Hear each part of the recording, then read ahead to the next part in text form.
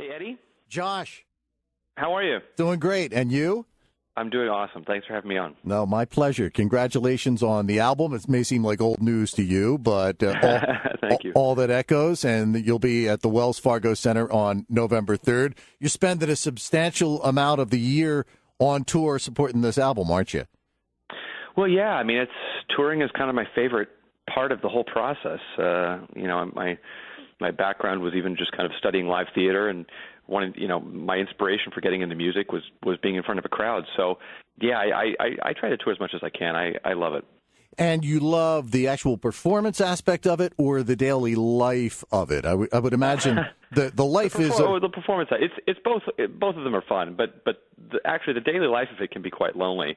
It's the performance side. You might be festering backstage for hours on end, but it's all worth it for the energy you get when you step on stage. Yeah, I'm sure the on-stage part is really cool, but as you say, there's a lot of time where you're backstage or you're reading a book or something. So yeah. Is it really boring? What do you do to keep yourself amused? I mean, it's I would say in any genre, most people would tell you that it's pretty chill backstage. I mean, it's you're having dinner, you're sound checking, you're playing games on your iPhone. For me, I write a lot of songs actually backstage to pass the time. I always have kind of a piano in my dressing room, and that's truly where a lot of the song inspiration comes from, is in that kind of festering of trying to get your head straight for the show. Yeah, sure. Keep your head in the game. Then winding down after the show is always a problem too. So, you're really living for those 2 hours. Josh Groban's with me here on the Light Rock Morning Show. Are you one of those artists that likes to take a couple of days off in between shows to recoup the strength in your voice, or are you always just ready to go? The voice definitely needs a little time to recoup. I mean, when you're singing 2 hours of music just on your own every night, you need to get a good night's sleep. Sometimes you do a couple shows in a row, and sometimes it's that second show that is the best show you've done in a long time. I mean, you push yourself and you push your stamina, and you realize you can do a lot more than you thought. But certainly with that kind of a schedule, the days off are appreciated. Yeah, and you have to. You've been at this for a while, because if you're not ready to go, then there is no show. It's not like the other. I've got nothing to hide behind, especially in the round. There's really nothing nowhere to escape. So, I've got to make sure my voice is in pristine condition all the time. Yeah, maybe people ask you this all the time, but it's something that I've always been curious about. Did you, as you began to mature as a child, did you naturally have the operatic quality to your voice, or is that all from vocal training? I didn't really have an operatic style to my voice when I was a kid. I mean, every kid sings, and I was singing kid songs. I'd be singing Skidamarinky Dinky Dink, and You Are My Sunshine, and whatever else, Rafi songs, and then something happened when I hit 13 or 14, and my voice started to change, and I realized that my singing voice was very weighted and very, very rooted in a traditional style, and which was great because I was listening to a lot of that music and have continued to be really inspired by more of a traditional style of singing. So it was just one of those meant-to-be kind of things. Mm. And did other kids give you a hard time about that? How kids can be so judgmental about it, or was it not a concern? I was shy about it, so I kind of kept it actually from kids through a lot of my junior high school years, which are hell anyway. So the last thing you need is grief about something that you really love doing.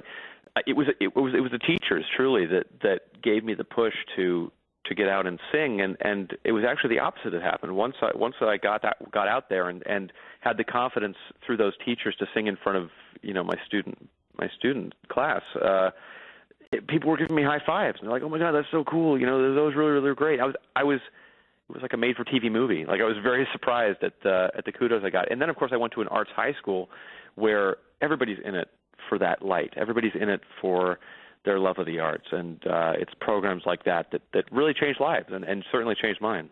Josh Groban here on the Light Rock Morning Show. He'll be at the Wells Fargo Center, as he said, in the round, Sunday, November 3rd. And the latest album is your 6th, is it not?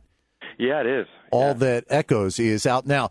You, and I happen to know one personally who is my sister-in-law. You have some intensely passionate fans, the Grobanites, as they call them. They're very dedicated. They're very organized. There's local chapters and web pages and whatnot. Are they sometimes a little too aggressive? Does it get creepy at times? Oh, I think that kind of comes with the territory with any kind of